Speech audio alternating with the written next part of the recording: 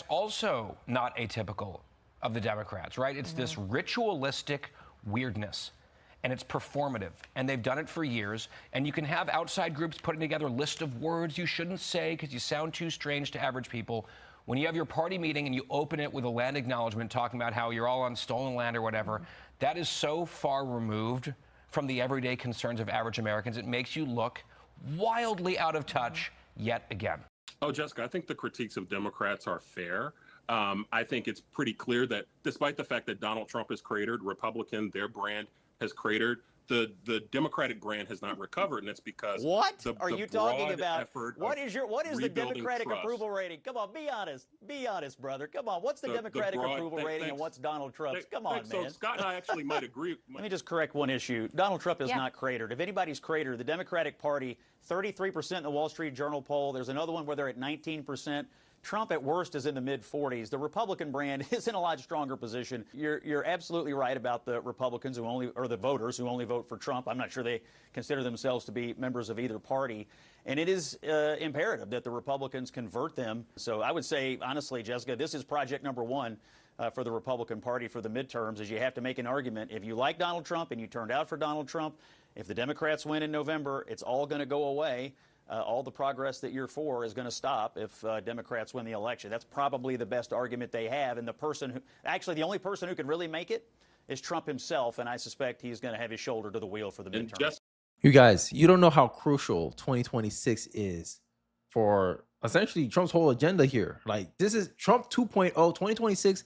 It's a year that we all will be following and monitoring very, very, very, very, very closely. As you saw from the intro, Democrats, they don't know how to talk to normal people, apparently. So, as you saw from the intro, when they started doing these euphemisms for like, what they call it, undocumented residents, when they try to put these euphemisms to disguise what they're actually advocating for, that's how you know you lost the majority. You lost the middle. And as you saw from the intro, Scott Jennings and this liberal panelist who we're going to talk more about try to give this delusional take about how Trump has cratered the support of the GOP. And it's almost reminding me of the things liberals were saying 5 months ago. Oh my God, Trump supporters are regretting their vote. And then data point after data point keeps showing that this is not true. Trump supporters do not regret their vote for Trump. And the media kept trying to parrot. The media kept trying to make that a thing. And I feel like they're trying to do the same thing again with the Democrats' approval rating. But it ain't catching on because everyone can see for themselves. Like, the Democrats and their actions, you saw it. I did countless videos. I just did 3 videos on Brandon Johnson. I talk about Gavin Newsom. All these prominent Democrats that's getting a lot of attention, they're not getting a lot of attention, and it's not highlighting very good on them, in my opinion. But I want to play this clip here of Scott Jennings kind of, bringing it home, some of the things that makes Democrats' messaging so out of touch to the point that they had to pay a liberal think tank about how they should communicate with the American people. Yes, you heard that correctly. Let's take a look. Another story I've been tracking, it's somewhat amusing. There is we'll call it center-left think tank called Third Way. Center-left. That's it's generous, but we'll call it center-left. They've spent a bunch of money on a study to try to help Democrats not sound like lunatics. The purpose of the memo that they are circulating to Democrats is to tell them, here's how you can talk and sound like a normal person. And they have advised the Democrats to stop saying certain things. Here are the terms that the center-left Third Way says Democrats should no longer say. Privilege. Violence, as in environmental violence. Dialoguing. Triggering. Othering. Microaggression. Holding space. Body shaming. Radical transparency. The unhoused. Instead of saying homeless, a lot of Democrats use the term the unhoused. That's a big no-no. Food insecurity, housing insecurity, person who immigrated.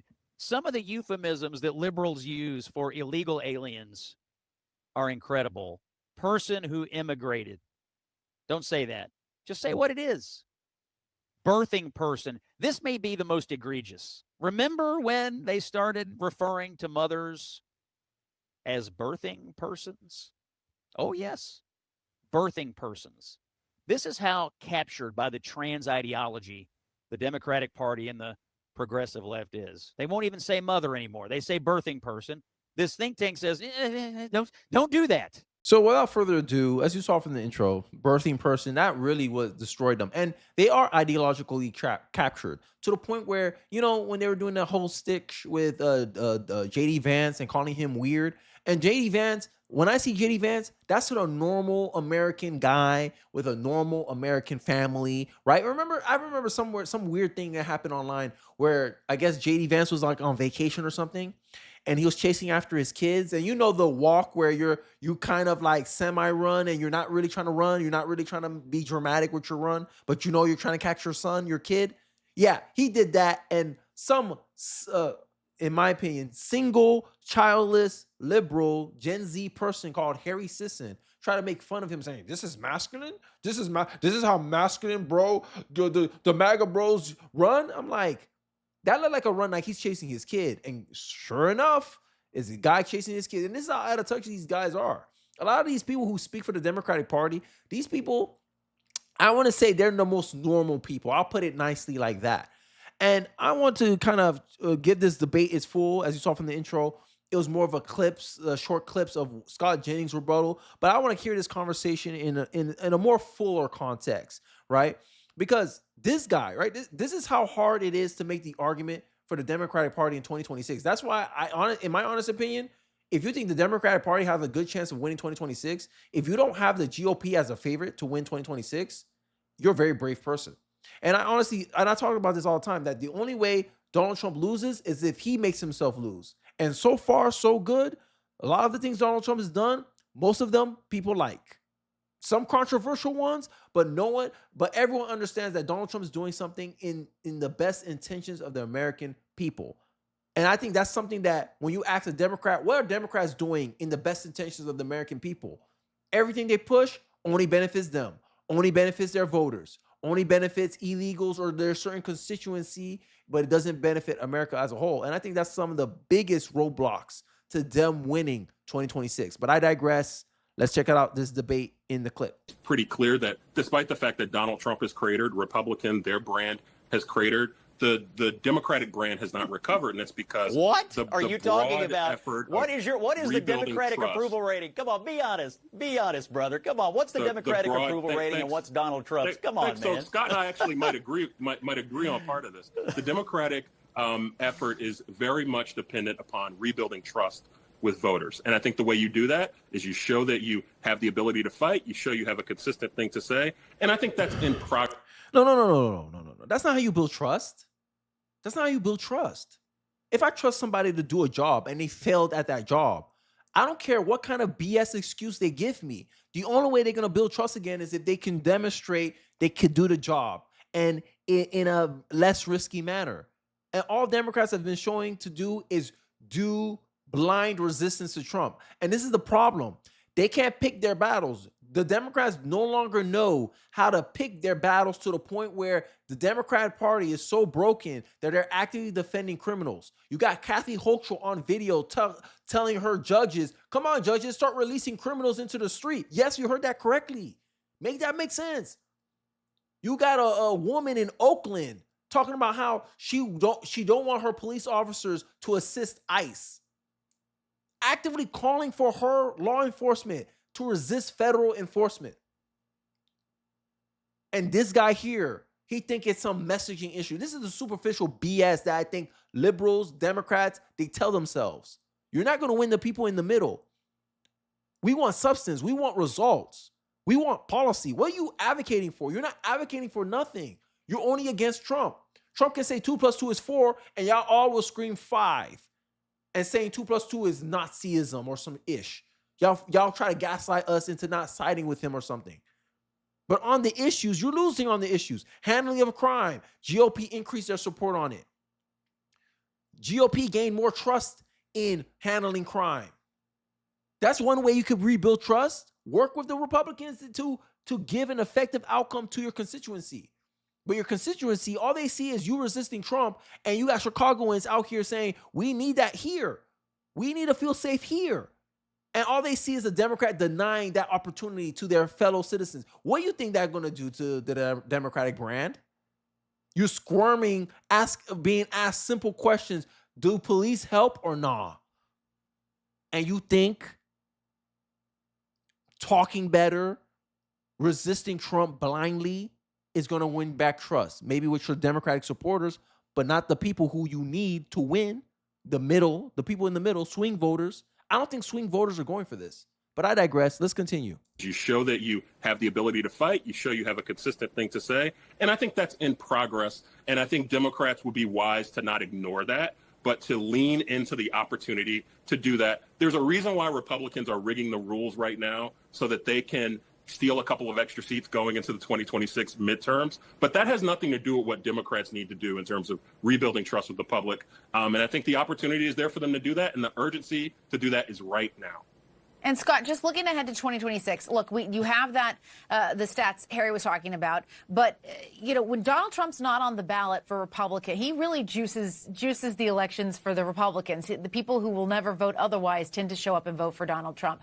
What do Republicans do to make sure that while Democrats are trying to get it together, that they can hang on to the House? Yeah, that's one thing that does scare me a little bit, is that Donald Trump is that booster, right? He does boost, he galvanizes people to go out and support him. And I think that just this one time, we need to, because this is the last ride. Do you want them to stop 2.0? Because so far, I agree with 70% of what Donald Trump did, right? I'm iffy about the, burning flags, ban, sending you to jail for that. I'm iffy about that, right? I'm iffy about maybe a big rate cut. I want to ease our way into the rate cuts. I don't want a big rate cut like he want a half basis point, like he want a 50 basis point cut, like which is 0.5% of the interest rate cut. I'm like, that's a little too much, right?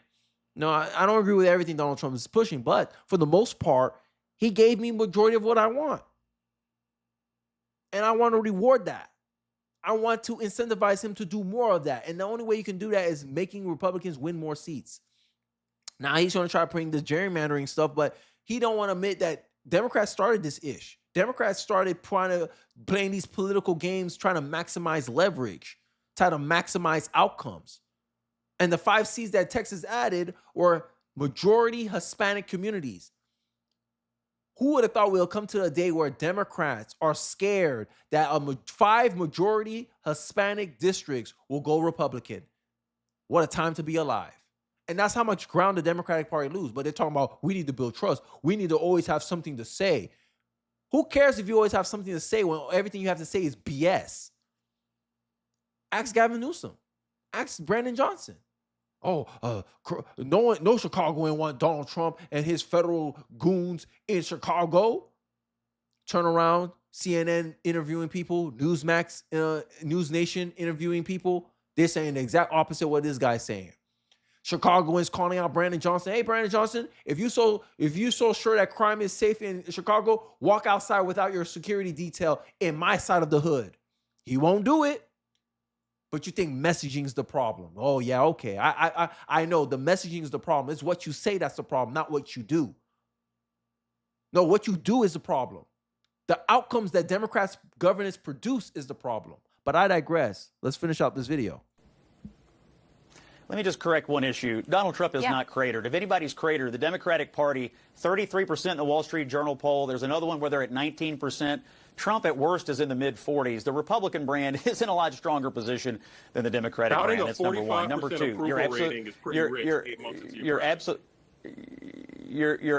What a weak comeback. 45% approval rating. It's better than yours. Hakeem Jeffries at 25%. Name me a Democrat who do better. Because end of the day, that's your competition. You're not isolated. That's the funny part about Democrats. They pretend the GOP are operating like in isolation. No, you're the alternative. And if you're less popular than them, then you're not an effective alternative. You're not an effective voice because you don't have an alternative. You don't have a different how. This is how we should do these things. I don't hear Democrats answering these questions. How do you solve crime, Democrats? No answer. Crickets. But you got a lot to say what Donald Trump's doing. But Donald Trump can say, hey, with this approach, I lowered crime by 35% in Washington, D.C. What Democrats have done for you. Look at Chicago. Look at New York. I'm trying to help you guys out. I heard y'all wanted crime to get down. I want to bring these results to Chicago. Brandon Johnson is resisting me. Brandon Johnson and Pritzker are saying they don't need me over there. Counteracting what the residents themselves are saying. Pritzker and Brandon Johnson walk around with security detail. That's not the average Chicagoan in Chicago. But they think messaging is the problem. Ridiculous. Absolutely right about the Republicans or the voters who only vote for Trump. I'm not sure they consider themselves to be members of either party. And it is imperative that the Republicans convert them into regular vote time and again. So I would say, honestly, Jessica, this is project number one for the Republican Party for the midterms, is you have to make an argument. If you like Donald Trump and you turned out for Donald Trump, if the Democrats win in November, it's all going to go away. All the progress that you're for is going to stop if Democrats win the election. That's probably the best argument they have. And the only person who can really make it is Trump himself. And I suspect he's going to have his shoulder to the wheel for the midterm. And Jessica, let me just say, I would love if Donald Trump said, if you like Donald Trump, vote for Republicans next year. Scott, please tell your friends at the NRSC and NRCC to tell them to say that, please. All right, Scott, Joel. I'm sure they will, but I gotta ask. Do you admit that the Democrats have at best 33 and probable more like 19% approval rating? Do you admit you've seen the polling, or you didn't see it before you came on?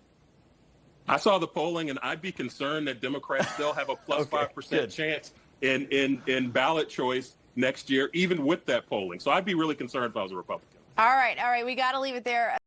Yeah. No. I think the Democrats have more to be concerned about than the Republicans, because Republicans are playing offense. They're trying to convert voters. The redistricting map is a bet that Texans Republicans are betting on themselves. Hey, we made 5 seats, majority Hispanic. Let's see if we actually got this coalition on our side.